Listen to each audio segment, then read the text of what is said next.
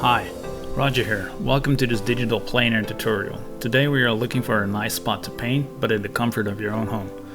We are going to do an environment study which helps you get better at values, colors and design. I'm using Google Street View somewhere in the northeastern part of France. You can go anywhere in the world, find a spot and start painting. Looks like I found something, so let's get started.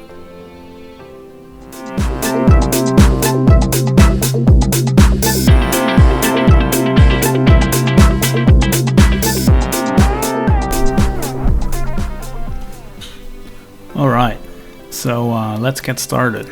As you can see in the upper left screen, in the upper left part of the screen, I added a screenshot of the place that I actually took to paint. So we're going to start off with a quick sketch, and I'm doing this really just to get some shapes down and sort of know what I'm going to do. As you can see, this is going to be a study, so the total time of this painting took about 30 minutes. I just put a overlay mask on the sketch layer, and I'm now going to block in what I see. As you can see, I'm really just starting with a sort of medium gray, which is like 70% or something in values. And I'm just going to block in some of the colors very quickly, very bold, not really looking at too many differences yet.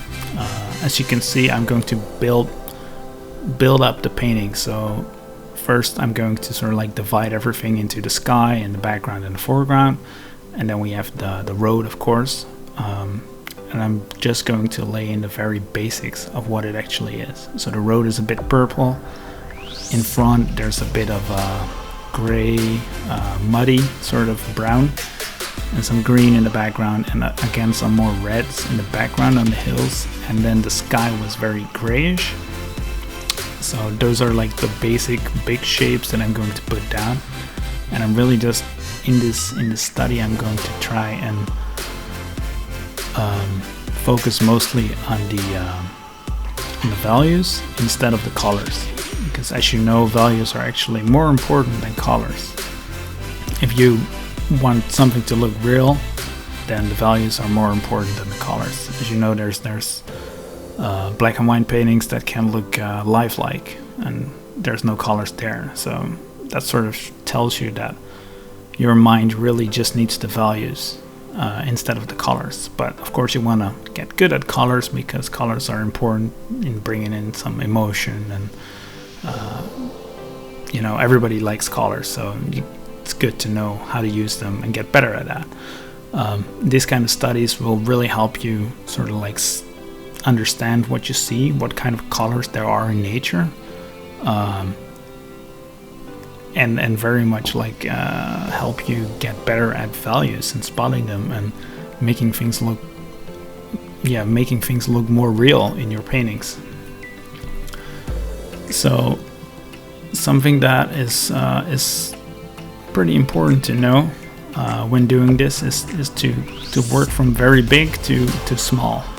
Of course, I'm only going to spend about 30 minutes on this, so I'm not going into the very small, but I'm working from trying to do everything at once. So I am trying to spend some time on the field in front of us, as well as the sky as the background, and doing all at once, but never really going into details, which is pretty important, because if you get lost in painting details in some for instance, let's say I start really rendering out the road right now, then trying to get everything up to par with the road, it's going to take me more time. So it's better to just try and paint everything at once and not get lost in the details of one thing, because especially with values, they will come together as everything goes. So you can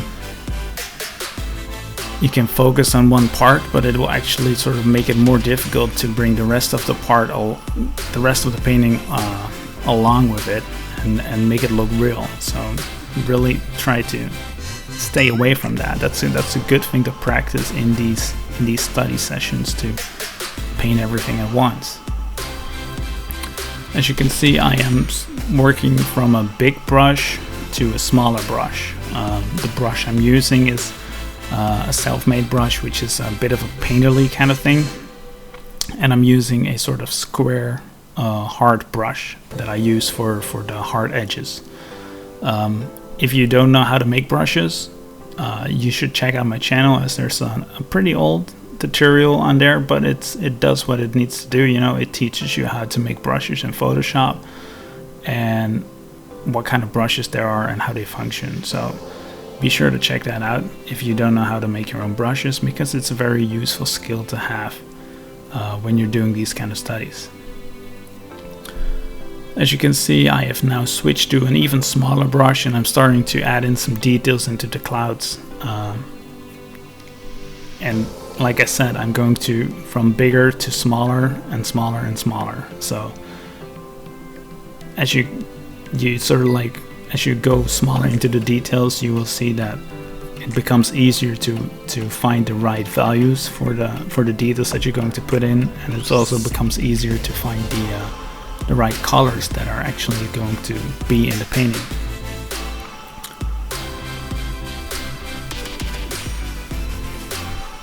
So what I'm doing now is mostly just trying to get the right values into the places, slowly working myself into the details. Something I'm going to do as well right now is add a sort of an atmosphere into the painting. As you can see in the photo, you see there's the light coming from the upper left, and it's sort of bringing a bluish hue into the painting, or into the screen, which is like the atmosphere layer. You can see that quite a lot if you're outside. You can sort of see like this blue haze. That's when you're looking out into the distance. So that's what I'm going to do now. I'm using the lasso tool and the soft brush on a pretty low opacity, and that helps you bring some depth into your painting. You can also, of course, do this in your imaginative work, because it helps you, like I said, bring depth into your painting, and also allows you to bring some values together, which makes it look a bit more real.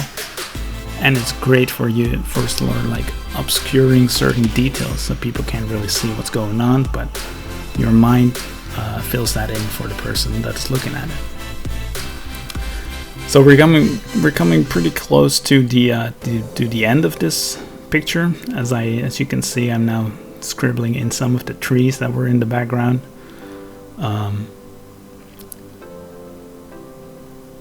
As I said in the beginning, the whole studying process of this took about 32 minutes, though I was never really going into very much detail.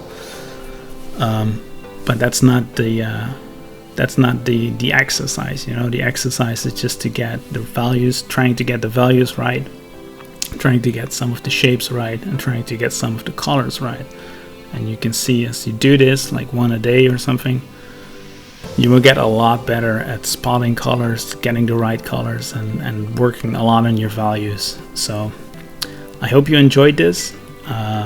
If you want to stay up to date, you can follow me on Instagram. It would be really cool to see you guys doing this as well, and perhaps tagging me there. So it will be cool to see what you guys are going to make of this and where you're going to do your digital plein air paintings.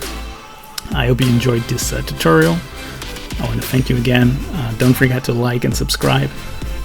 Hopefully I'll see you again next time. Thank you so much. Have a great day.